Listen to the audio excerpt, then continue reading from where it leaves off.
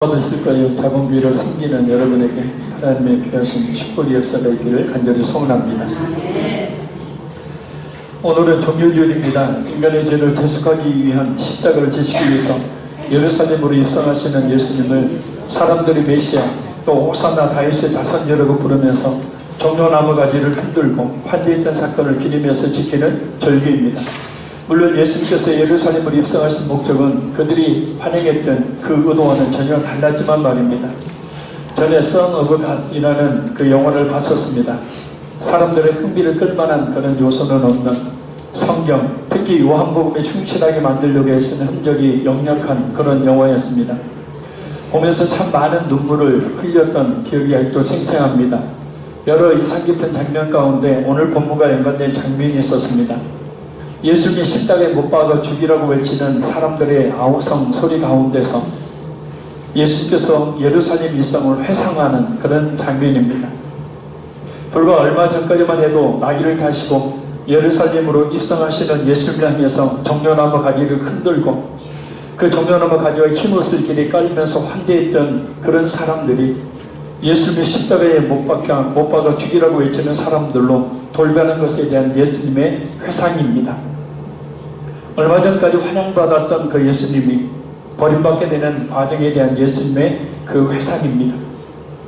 예수님께서 자신들이 원하는 세상의 이익과 목적을 이루어 주시지 않자 돌변해서 예수님을 헌신짝처럼 버리는 수많은 군중들 속에 혹시 우리 자신은 있지 않은지 순간 그 영화를 보면서 부끄러움에 저도 모르게 고개를 숙여 흐르껴 울었었습니다. 만약 지금 예수님께서 이렇게 우리에게 오신다면 우리는 과연 어떤 마음으로 예수님을 맞이하게 될까요? 우리에게 있어서 예수님은 어떤 분이십니까? 내가 원하는 세상의 어떤 유익과 목적을 이루어 주지 않으면 외면하거나 아니면 헌신짝처럼 버릴 그런 분이십니까? 아니면 내게 세상에 아무런 유익을 주지 않으셔도 결코 부인할 수 없는 나의 구원의 하나님으로 끝까지 그 예수님을 신뢰하시겠습니까? 자, 우리 11절 말씀 우리 같이 다시 읽겠습니다. 예수께서 총독 앞에 섰음에 총독이 물어 이르되 네가 유대인의 왕이냐? 예수께서 대답하시되 내 말이 옳도다 하시고 아멘. 상해주민이 유대인들의 최고 의결 기구이자 재판 기구이긴 했지만 로마의 지배하에 있던 터라 사형 결정권은 있었지만 집행권은 로마 정부에 있었습니다. 그래서 대제사장들과 장로들은 당시 로마가 유도로 파견한 총독이었던 빌라도에게 예수님을 넘겨주게 되었고 예수님은 총독 빌라도 앞에 서시게 됩니다. 빌라도가 묻습니다. 네가 유대인의 왕이냐? 예수님은 조금의 망설임도 없이 내 말이 옳도다 라고 말씀하십니다. 네가 말한 것은 사실이다 라는 뜻의 강한 긍정을 나타내는 예수님의 대답입니다. 물론 예수님께서 말씀하신 왕의 개념은 빌라도가 물은 그 왕의 개념과는 완전히 다른 차원이 다른 왕이지만 말입니다. 예수님께서 말씀하신 왕은 창조주시요 구세주시며 심판주라는 개념의 왕을 말하는 것입니다. 그러나 빌라도가 물었던 왕의 개념은 이 세상의 정치적인 왕이냐라는 겁니다. 자신이 이스라엘을 실질적으로 주관하고 있는데 자신의 눈앞에 있는 예수가 유대인들의 왕이니 분명 빌라도가 자격을 받기에 충분한 그런 대답입니다. 그러나 예수님은 서슴없이 왕이라고 말씀하십니다. 예수님은 분명히 온 세상의 창조주이시고 주관자이시며 구원자이시고 또한 장차 온 세상을 심판하실 만왕의 왕이시기 때문입니다. 본디오 빌라도는 영적으로 죽어 있으니 예수를 눈앞에 두고도 자신을 구원할 구원자로 알아보지를 못합니다. 그저 자신의 자기나 노릴 그런 사람으로 예수님을 봅니다. 대제사장인 가야바, 그러면 산헤드린 공회의 회원들 역시 마찬가지입니다. 예수님은 과연 저의 여러분이 어떤 분이신지, 예수님은 과연 우리에게 어떤 분이신지, 예수는 과연 우리 자신에게 어떤 분이신지 12절에서 14절 말씀 우리 같이 읽습니다. 대제사장들과 장로들에게 고발을 당하되 아무 대답도 아니하시는지라. 이에 빌라도가 이르되 그들이 너를 쳐서 얼마나 많은 것으로 증언하는지 듣지 못하느냐 하되 한마디도 대답하지 아니하시니 총독이 크게 놀라워하더라. 아멘. 대제사장들과 장로들은 빌라도 앞에서 예수님을 앞다투어서 고소하지만 예수님은 침묵하십니다. 그 모습을 본 빌라도가 이렇게 많은 사람들이 고소를 하는데 왜 아무 말도 하지 않느냐고 물어봅니다. 그러나 그럼에도 불구하고 예수님은 아무 말씀도 하지 않으십니다. 빌라도는 자신이 보기에 무죄인 것 같고 남다른 인품도 있어 보이는 예수님이 죽느냐 사느냐의 그 문제로 재판정에 서 있음에도 불구하고 자신을 위해서 어떤 변론이나 또 반론을 제기하지 않는 것을 보고 매우 이상하게 생각합니다. 그동안 이 본디오 빌라도가 봤던 수많은 재판장 앞에 섰던 사람들의 모습은 일반적으로 살기 위해서 악을 쓰듯 무죄를 주장하고 자신을 변론할 뿐만 아니라 자신을 고소하는 사람들 향해서 저주를 퍼붓는 경우들을 수없이 많이 봐왔었기 때문입니다. 그러나 예수님은 빌라도의 그런 호의 아닌 호의에도 불구하고 묵묵히 우리 자신의 죄를 그 몸에 지고 가시는 대속제물로서 그 길만을 가십니다.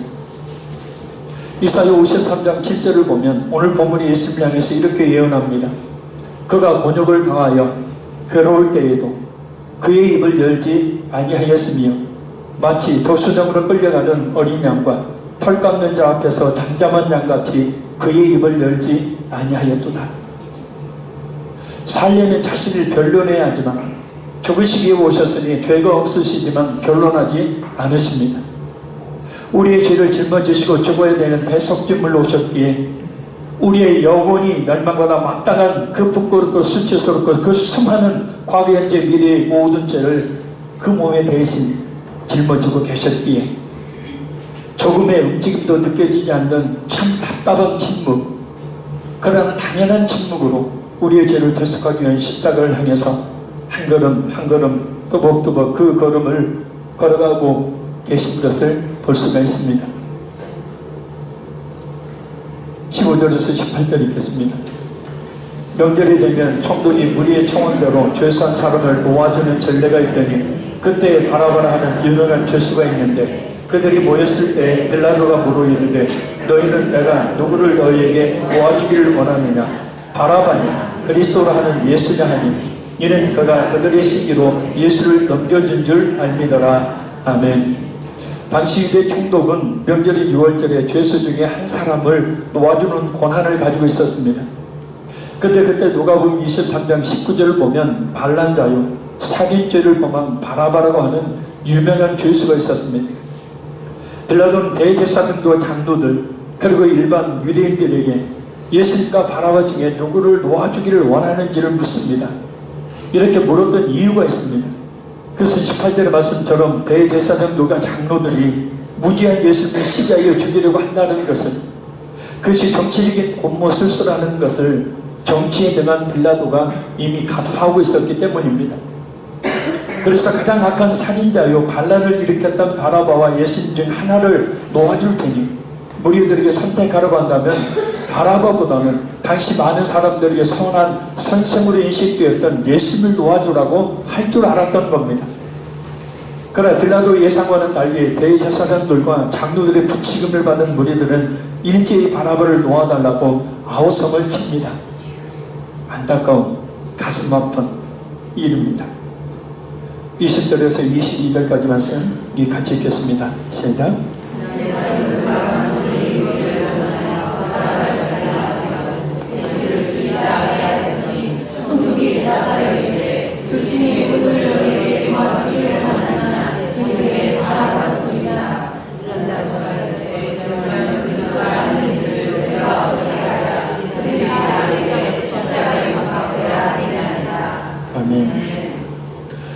대제사장과 장로들이 쉽게 동요하는 무리들 충동질을 하니까 무리들 바라바를 놓아주라고 합니다. 그래야 빌라도가 그럼 그리스도라 하는 예수를 어떻게 하기를 바라느냐라고 재차 묻습니다. 이구동성으로 십자가에 못 박아 죽이라고 했습니다. 대제사장들과 장로들과 백성들의 영적인 무지, 결국 이런 영원히 돌이킬 수 없는 어리석은 선택을 하고야 맙니다. 잠시 몸을 이 세상의 명예와 욕심과 권력을 위해서 스스로 영원한 멸망을 선택해 버린 겁니다. 대제사장과 장로들에게 또한 그들을 따랐던 무리들에게도 예수를 믿어서 영원한 생명을 얻을 수 있는 여러분의 기회들이 있었습니다. 그러나 그들은 그 기회를 다 내어버리고 맙니다.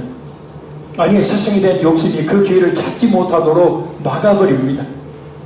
세상 권력에 대한 욕심, 명예에 대한 욕심, 물질에 대한 욕심, 성공에 대한 지나친 욕심이 눈앞에 계신 예수 그리스도를 제대로 보지 못하도록 만들어버린 겁니다. 그래서 우리에게 욕심이 있게 되어지면 그 욕심은 결코 우리 예수 그리스도를 마음에 영접하지 못하게, 믿지 못하도록 막아버리는 커다란 걸림돌이 됩니다. 또는 그들이 가지고 있었던 잘못된 말씀에 대한 인식이, 잘못된 메시아에 대한 인식이 예수님을 똑바로 보지 못하게 만들어 버리는 것입니다. 그 어느 민족보다도 예수님을 믿을 수 있는 유일한 조건이 있었던 유대인들 아닙니까? 근데 성경 말씀이 그러니까 무엇인지를 깨달아 알지 못했던 거죠. 메시아가 어떤 분인지를 진짜 몰랐던 거죠. 짐작으로. 근데 그 짐작조차도 제대로 맞지 않는 그런 것들이었죠. 우리 역시도 마찬가지입니다. 우리에게 있어서 예수님은 과연 어떤 분인지, 교회에 나오고 신앙생활을 오래 했다 하더라도 그걸로 안심하지 마시고 진짜 예수님을 똑바로 인격적으로 마음에 영접하고 그 예수님의 뜻대로 살아가는 우리 모두가 되어질 줄로 믿습니다. 너무나 안타깝지 않습니까? 눈앞에까지 왔는데, 눈앞에 예수님을 봤는데, 근데 구원받지 못한 이 비참한 말입니다. 이 사람들만큼이나 안타까운 사람이 또 한 명 있습니다. 영원토록 예수를 십자가에 내어줄 자라는 불명예를 짊어진 사람, 바로 본디오 필라토스입니다. 예수님을 무지한 자로 생각했던 자신의 생각을 쫓아서 철저히 진상을 규명했더라면 그런 불명예를 쓰지 않았을 텐데 말입니다. 대제사장들과 장로들 그리고 백성에 비해서 회개할 수 있는 기회를 더 가졌음에도 불구하고 놓쳐버리고 말았으니 말입니다. 이 19절 보겠습니다. 총독이 재판석에 앉았을 때 그의 아내가 사람을 보내 이르되 저 오른 사람에게 아무 상관도 하지 마옵소서. 오늘 꿈에 내가 그 사람으로 인하여 애를 많이 태웠나이다 하더라. 아멘. 재판석에 판결을 진리하고 있던 빌라도에게 그의 아내가 사람을 보냅니다. 그 사람 예수님에 대해서 어떤 잘못된 판결도 내리지 말라는 아내의 간곡한 말을 전합니다. 전해진 기록에 의하면 그녀의 이름은 클라우디아 포로클라입니다. 유대교에 귀의했고 후에 그리스도의 숨은 제자가 되었다고 합니다. 특히 저 옳은 사람이라는 표현은 거룩한 선지자나 메시아에게 사용되는 유대인의 관용어입니다. 빌라도의 아내가 예수님을 거룩한 선지자, 메시아로 알았다는 것을 의미합니다. 불길한 꿈을 꾼 아내의 말을 빌라도가 들었다면 예수님의 십자가에 내어주는 판결을 하지는 않았을 겁니다. 빌라도가 이 기회를 놓치지 않았다면 얼마나 좋았을까요? 어떤 일을 해나가야 되는데 가장 적절한 시기나 경우를 기회라고 말합니다. 진짜 진실된 믿음을 가질 수 있는 절호의 기회가 있습니다. 언제입니까? 바로 지금입니다.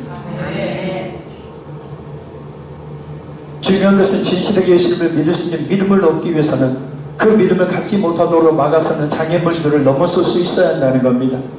오늘 본문의 대제사장이나 장로들 그리고 빌라도를 보면 그들이 가지고 있었던 외식적인 신앙, 말씀을 잘못 알고 있었던 영적 무지, 자신의 신분과 그에 맞게 누리던 권력, 물질에 대한 그런 욕심, 자신들의 메시아에 대한 얄팍한 생각이 그들로 하여금 예수님을 제대로 보지 못하도록 하는 원인, 믿지 못하도록 하는 원인이 되었다는 것을 알 수 있습니다. 제가 늘 여러분에게 도전하는 것이 있습니다. 여러분들이 때로 듣기 싫어하는 경우도 있죠. 그것은 교회에 오래 다녔다 할지라도 집안이 온통 예수 믿는 집안이어도 우리 부모가 예수님을 믿어도 집안에 목회자가 있고 목사, 장로, 집사, 권사의 직분을 받았어도 또 믿는다는 고백을 한다고 해도 항상 진짜 예수님을 내가 믿고 있는지를 점검해 보라는 거예요. 할렐루야. 우리가 이 세상에 태어난 가장 중요한 이유, 우리가 이 세상에 살고 있는 가장 큰 이유, 그리고 우리가 신앙생활을 하는 가장 궁극적인 이유는 바로 우리 영혼이 구원을 받기 위함이기 때문입니다. 베드로전서 1장 9절 말씀입니다. 믿음의 결국 곧 영혼의 구원을 받습니다. 우리가 이 세상에서 사는 날 동안에 구원을 받지 못한다면 그 인생은 아무리 떵떵거리며 잘 살았던 인생이라 할지라도 헛된 인생이 되고 영원히 슬피 울며 이를 가는 후회를 남기는 인생이 되고 말기 때문입니다. 그러니 자신이 믿음이 바로 서 있는가를 점검해보는 시간을 늘 가져야 합니다. 이건 제 말이 아니라 고린도후서 13장 5절 말씀입니다. 너희는 믿음 안에 있는가 너희 자신을 시험하고 너희 자신을 확증하라. 예수 그리스도께서 너희 안에 계신 줄을 너희가 스스로 알지 못하느냐? 그렇지 않으면 너희는 버림받은 자니라. 자신 스스로가 믿음 안에 있다는 확신이 없다면, 그리스도께서 자신 안에 계시다는 확신이 없다면 그 사람은 구원받은 사람이 아니라는 뜻입니다. 그래서 계속해서 자신이 예수를 믿고 있는지를 확인하고 시험함으로 자신이 믿는 사람임을 자신이 스스로에게 확증하라라는 거예요.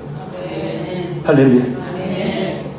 그러니까 자기 스스로에게 자기가 진짜 믿는 사람인지를 스스로 확증하라. 곧 구원의 확신을 가지라라는 뜻입니다. 그러기 위해서 필요한 것은 예수님의 십자가에 피 묻은 복음과 구원의 확신에 대한 그런 말씀을 계속 듣는 겁니다. 소유에 대한 예수님의 십자가의 복음을, 구원의 진리에 대한 말씀을 쉼없이 전해야 합니다. 그리고 듣는 모든 회중들은 예수님의 십자가의 복음을 듣고 예수님을 믿어야 하고, 믿는 사람들은 더욱더 자신의 믿음을 견고하게 해야 합니다. 아주 귀한 가치를 지닌 어떤 물건을 꺼내놓고 또 꺼내보는 것이 결국 흠이 되는 일이 아니듯이, 오히려 귀한 물건이 있다고 하면서 그것을 꺼내보지 않는 것이 이상한 일이듯이 말입니다. 구원의 진리를 생각하고 구원의 확신을 가져보지 않는 것이, 구원의 확신에 대해 자꾸 묻는 것을 귀찮게 생각하는 것이, 예수님의 십자가의 복음을 실증을 내는 것이 오히려 더 이상한 일이다라는 거예요. 토요일 낮에 인도에서 신학 공부를 하는 전도사에게 메시지가 왔습니다. 그리스도인들이 지옥에 많이 있다는데 도대체 이게 무슨 의미입니까? 성경 구절을 통해서, 말씀을 통해서 저에게 좀 알려주세요. 그래서 제가 설명을 했습니다. 그 사람들이 진짜 예수 믿는 사람이 아니다. 그리고 지옥에 가서 예수 믿는 사람, 믿지 않는 사람, 믿었다고 하는데 믿지 않는 사람 누구누구 있더라 라는 것은, 그것은 거짓이다. 우리가 구원받을 수 있는 유일한 길 하나는 예수님을 믿는 것이고, 지옥에 가는 유일한 길 하나는 예수님을 믿지 않는 것이다. 그래서 창세기부터 요한계시록까지 성경 구절을 한 50개 적어서 읽어보라고 전해드렸습니다.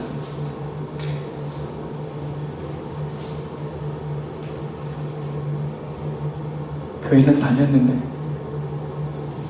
구원받지 못한 사람에 대한 이야기겠죠.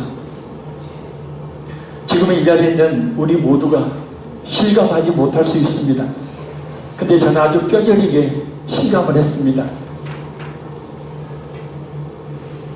천국과 지옥이 존재하며 그곳이 어떤 곳이고 어떤 사람이 그곳에 가는지 말입니다.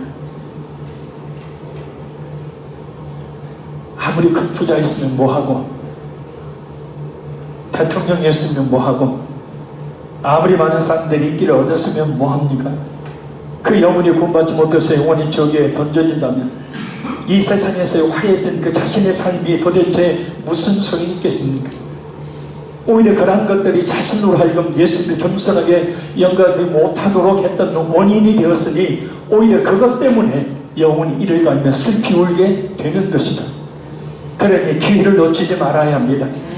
우리에게 주어진 진실한 믿음을 가질 수 있는 그 기회를 놓치지 말아야 합니다. 지금 한국 사회는 온통 가짜 뉴스가 드럽게 있다시피 하고 있습니다. 진실은 그 자리를 가짜 뉴스에 내어주고 가짜뉴스가 진실의 자리를 차지하고 있는 형국입니다. 뻔히 비디오에 자신의 얼굴이 나와 있는데도 아니라고 말하는 시대입니다. 자신도 알지 못하는 것을 마치 사실처럼 이야기하고 있는 시대. 수많은 사람들이 그와 같은 가짜뉴스에 속아서 자신의 영혼을 팔고 있는 시대. 가짜뉴스가 자리를 잡으니 아무리 진실이 이것이라고 외쳐도 많은 사람들은 그 진실의 소리를 귀담아 듣지 않습니다. 한번 그 사람은 이런 사람이야 라는 생각, 잘못된 고정관념 역시 한 사람을 자신에게 언제나 그런 사람으로 인식하게 만들어버리는 병폐를 낳습니다. 자신 역시 다른 사람에게 그런 사람이라는 낙인이 찍힌 채 살아가는 것이 오늘 우리 세대의 모습입니다. 수많은 거짓된 외침 속에 파묻혀 계신 예수님에 대한 잘못된 고정관념은 대제사장과 장로들로 하여금 끝까지 예수님을 구원자로 받아들이지 못하도록 했습니다. 그리고 예수님에 대한 잘못된 고정관념은 극단으로 치달아서 결국 자신들을 구원하실 하나님이신 예수님을 알아보지 못하고 십자가에 못 박아 죽여버리라고 외치게 만들어 버리는 겁니다. 생각 하나가 똑바로 예수님을 보지 못한 그 어리석은 고정관념 하나가 자신들이 얼마나 큰 끔찍한 결과를 가져오는지 그들은 아마 몰랐을 겁니다. 왜죠? 그렇게 하는 것이 옳은 줄 알았기 때문에. 우리 23절에서 26절 말씀이 있습니다. 빌라도가 이르되 어찌미나 무슨 악한 일을 하였느냐. 그들이 더욱 소리질러 이르되 십자가에 못 박혀야 하겠나이다 하니라. 빌라도가 아무 성과도 없이 도리어 밀란이 나려는 것을 보고 물을 가져다가 우리 앞에서 손을 씻으며 이르되 이 사람의 피에 대하여 나는 무죄하니 너희가 당하라. 백성이 다 대답하여 이르되 그 피를 우리와 우리 자손에게 돌릴지어다 하거늘 이에 바라보는 그들에게 모아주고 예수를 채찍질하고 십자가에 못 박히게 넘겨지니라. 아멘. 예수님에게서 십자가 행에 처할 만한 죄를 찾지 못한 빌라도는 예수가 무슨 악을 행했기에 십자가에 못 박으라 하느냐라고 반문합니다. 그러나 우리는 더욱 소리를 질러서 예수님을 십자가에 못 박아야 한다고 외칩니다. 그러자 진리보다는 자신의 정권을 유지하기 위한 생각만 가졌던 빌라도는 백성들의 그러한 요구를 과감하게 뿌리치지 못합니다. 밀란이 날까 두려워, 자신의 권력을 잃어버릴까 두려워 군중들의 요구를 받아들이고 맙니다. 결국 기회를 스스로 줘버리고 그래도 뭔가 찝찝했는지 물을 가져다가 손을 씻으면서 자신은 예수를 죽인 것에 대한 책임이 없다는 결백을 주장해 보려고 합니다. 그래서 신앙에는 항상 결단이 필요합니다. 우유부단하면 또 자꾸 이런저런 이유를 들어서 다음 우유를 믿으면 결국 성경대로 신앙생활을 할 수가 없습니다. 그 어느 때보다도 지금은 과감한 신앙에 대한 결단이 요구되는 때입니다. 빌라도의 물을 가져다가 손을 씻는 단순한 정결 행위가 예수님을 죽인 것에 대한 책임을 면하게 할 수 없듯이 적당한 신앙생활, 형식적인 신앙생활, 자기 생각에 따르는 신앙생활은 결코 자신을 구원으로 인도할 수가 없기 때문입니다. 빌라도가 물을 가져다가 손을 씻으며 이 사람이 피에 대하여 나는 무죄하니 너희가 당하라고 말하자 백성들은 그 피를 우리와 우리 자손에게 돌릴지어다 라고 했죠.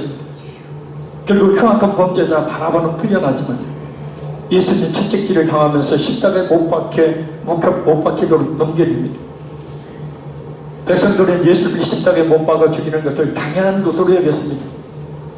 더 나아가서 하나님의 아들을 죽인 죄를 자신들과 자신들의 후손들이 다 담당하겠다고까지 말합니다. 그러나 말입니다. 이런 그들의 외침이 자신들은 물론 자신들의 후손들까지도 얼마나 끔찍하고 처참한 결과를 맞이하게 하는지 감히 상상하지 못하고 한 말입니다. 그들의 말은 그대로 이루어집니다. 예수님의 십자가에 못 박아 죽인 지 37년 후인 AD 70년 로마의 티투스 장군에 의해서 예루살렘이 멸망당할 때 예루살렘에 있었던 무려 110만 명이라는 엄청난 유대인들이 아주 끔찍하게 학살을 당합니다. 현대사를 보면 제2차 세계대전 당시에 무려 600만 명이 넘는 가히 세계사에 전무후무한 이런 유대인들이 학살을 당합니다. 또한 지금 전 세계에서 유대인들을 표적으로 하는 테러가 발생해서 많은 유대인들이 지금도 죽어가고 있습니다. 이것은 그들이 자초한 대로 앞으로 주님 오실 그날까지 계속될 겁니다. 예수님을 죽인 결과에 대한 저주가 지금도 이렇게 그대로 후손계까지 이어지고 있으니 참 무서운 일이 아닐 수가 없습니다. 이 사건들은 예수님을 십자가에 못 박아 죽게 한 사람들과 그 후손들뿐만 아니라 예수님을 믿지 않는 사람들에게 영원히 내릴 심판이 어떤 것인지를 미리 보여주는 사건들입니다. 예수 그리스도의 피가 우리 자신의 과거, 현재, 미래의 모든 죄를 씻는 죄 씻음의 피가 더해야 합니다. 예수님이 십자가에 못 박았던 사람들에게 임했던 그 저주의 피가 되어서는 안 됩니다. 부디 그 피가 저와 여러분에게 속죄의 피가 되기를 바랍니다. 그래서 그 피로 말미암아 죄사함을 받고 영원한 생명을 얻도록 예수 그리스도를 마음에 온전히 영접하시고 예수님을 믿는 성도라 할지라도 날마다 자신이 믿음의 안에 거했는지 자기 스스로 확증해보는 그런 과정들을 밟으시기를 바랍니다. 구원보다 더 중요한 것은 없기 때문입니다. 이번 주에 볼일을 보고 오다가 다가동에서 우리 교회 성도 한 분이 일하고 있는 모습을 봤습니다. 참 힘들게 일하시는구나. 그 순간 저도 모르게 막 눈물이 뚝뚝뚝뚝 떨어졌습니다. 저렇게 힘들게 일하면서 신앙생활을 하고 저렇게 힘들게 일하면서 살아가는데 전제도 힘들고 많이 어렵죠. 어쩌면 제가 여러분에게 동떨어진 이야기를 설교를 하고 있는지도 모르겠습니다. 근데 저도 그렇게 그보다 힘든 일도 많이 해본 사람입니다. 압니다. 그러나 우리에게 있어서 가장 중요한 것은 우리 구주 예수 그리스도를 우리 자신의 하나님의 구원자로 온전히 믿는 것입니다. 그리고 그 믿음에 따라 사는 것입니다. 신앙생활을 게을리해서는 안 됩니다. 나중에 알게 될 거예요.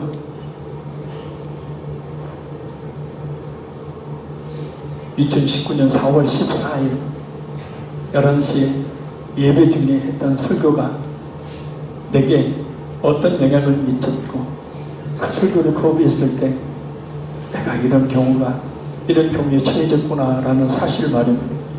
그러나 바라고 원하기는 이 자리에 앉아 계신 우리 모든 성도들 중에 단 한 사람도 예수님의 십자가 못 박아 죽이는 그런 무리들이 아니기를 바라고 결론적으로 말씀드립니다. 이 시간 말씀의 결론은 특별한 순서로 대신하도록 합니다. 구원자로 예루살렘 성으로 입성하신 예수님을 이 시간 우리 마음에 영접하는 영접 기도를 이 시간 하도록 합니다. 예수님의 진정 우리 자신의 하나님으로 나의 구원자로 영접하는 시간을 갖도록 합니다. 먼저 찬양을 통해서 우리의 마음에 예수님 영접하기 위한 준비 시간을 좀 갖도록 하겠습니다. 우리 두 손을 가슴에 모으고 내가 주인 삼은 모든 걸 내려놓고 내가 주인 삼은 모든 걸 내려놓고 내 주 대신 주 앞에 나가 내가 사랑했던 모든 걸 내려놓고 주님만 사랑해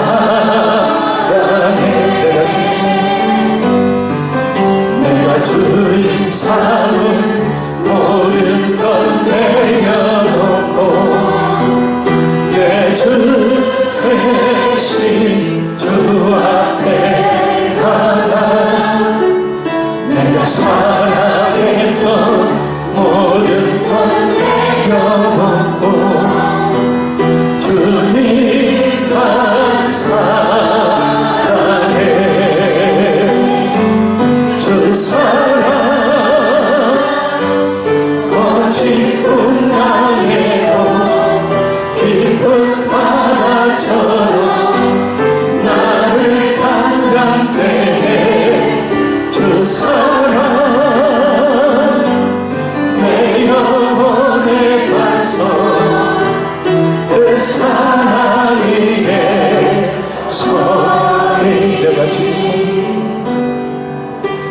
내 주인 삼은 모든 것 내려놓고 내 주 대신 주 앞에 나가 내 사랑했던 모든 것 내려놓고 주님만 사랑해. 예수는 예수를 진심으로 믿기 원하신 분은 눈을 감고 두 손 가슴에 모으고 제가 하는 기도를 진심으로 마음을 다해 따라해 주시길 바랍니다. 그래서 예수님을 마음에 영접하는 은혜가 있기를 바랍니다. 살아계신 하나님, 저는 죄인입니다. 저의 모든 죄로 말미암아 영원한 멸망에 처해질 수밖에 없지만 예수님 십자가에서 저희 모든 죄를 그 몸에 지시고 피 흘려 죽으심으로 저희 모든 죄를 사해 주신 것을 진심으로 제 마음에 믿습니다. 예수님 십자가의 그 피가 이 시간 제 마음속에 흘러서 저의 모든 죄를 깨끗이 도말하시며 살아계신 하나님을 아버지라 부를 수 있는 자녀가 되게 하여 주옵소서. 예수님의 십자가의 죽으심과 그 부활의 영광을 마음에 믿사오니 성령님 이 시간 제 마음에 임하여 주옵소서. 예수님만이 나의 하나님, 예수님만이 나의 구원자이신 것을 제 마음에 믿습니다. 예수님, 저의 손을 붙잡아 이끄셔서 영원한 천국을 인도하시고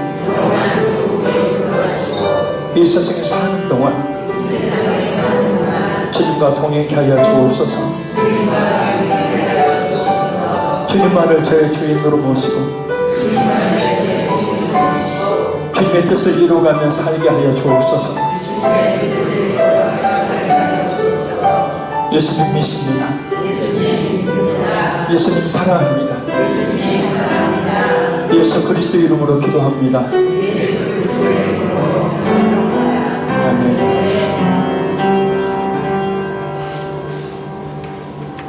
모두 자리에서 일어서